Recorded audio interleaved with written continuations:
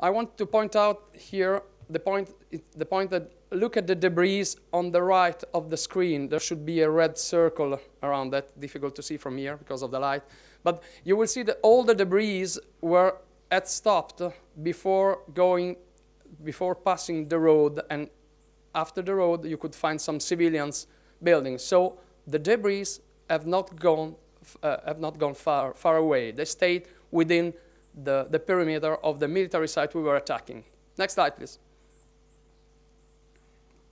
Yeah, here you can see a couple of bunkers hit, and you can see the holes right in the middle of the bunkers. And again, you can exactly see that we were not just hitting bunkers, we were looking for some specific bunkers, and that's the result. And you can also see, apart from the hole in the roof, that no damages have been carried out in the surrounding of the bunkers.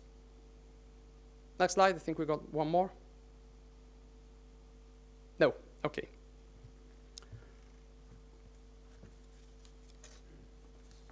Okay, let's go. Since March 31st, NATO and partner aircraft have been conducting an average of 150 sorties a day, all aimed at protecting Libyan civilians from the violence by Gaddafi regime forces. And since the beginning of the operations, nearly 6,000 sorties have been conducted. Over 2,300 of them were strike missions on approved targets.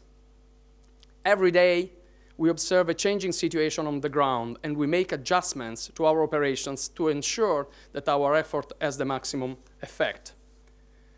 All NATO targets are military in nature and have been clearly linked to the Gaddafi regime's systematic attacks on the Libyan population and populated areas. Every strike conducted by NATO and partner forces is necessary, legal, moral, and executed in a manner in which civilian casualties are minimized to the fullest possible extent. Target sets have been chosen by the North Atlantic Council, the NAC, and are only engaged when strictly necessary to achieve the required strategic campaign effect. All these targets, again, are directly linked to attacks or threats of attack against civilians and populated centers, and these targets have been engaged in the most professional way using the state-of-the-art precision-guided munitions.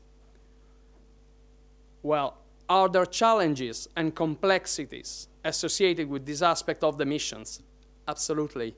And let me tell you that NATO takes all the measures to ensure that our operations are conducted with the utmost precision and respect for the law.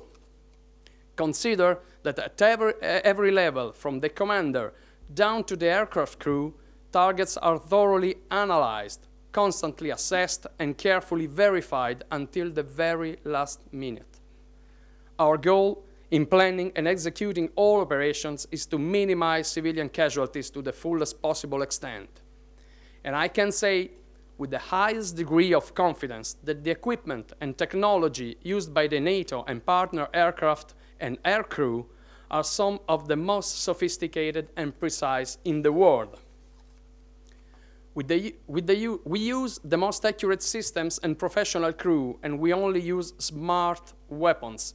They are all precision-guided munition with very exact guidance systems. Our mission is clear. We are committing to protecting the citizens of Libya until there is no longer a threat of violence towards them.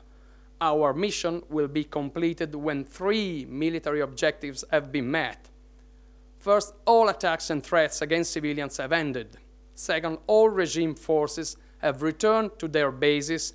And last but not least, full and unhindered access to humanitarian aid is granted. Until these objectives are met, NATO will continue to keep up the pressure on the Gaddafi regime and its forces.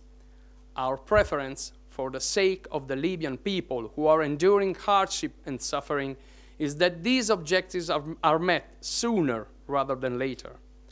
There should be no doubt in anyone's mind that our mission is an important one, and we are protecting the people of Libya daily. We've been very clear from the start that our mission is to protect the civilian population, and every day, every strike we conduct makes the difference. And with that, I'm happy to take your questions. Thank you.